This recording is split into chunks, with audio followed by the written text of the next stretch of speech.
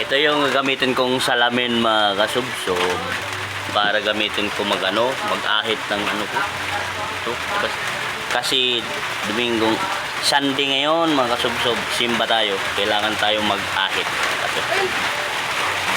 Ito yung gagamitin ko. Ito talaga yung ginagamit ko. Yung salamin, ilalagay ko rito mga kasubsob. Ayan.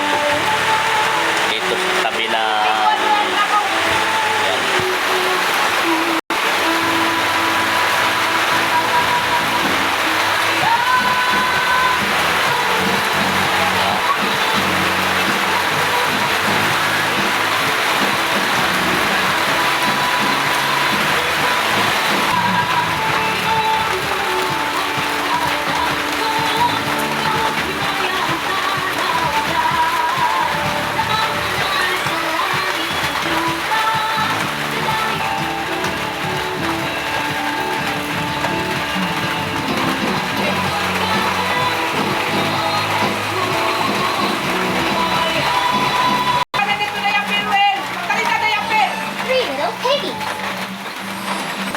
Ayan, malinis na mga kasubsob.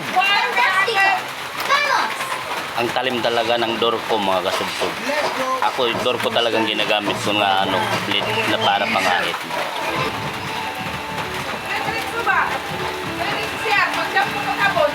Ayan mga kasubsob, malinis na. Nano ko na lang. So, yun lang mga kasubsob.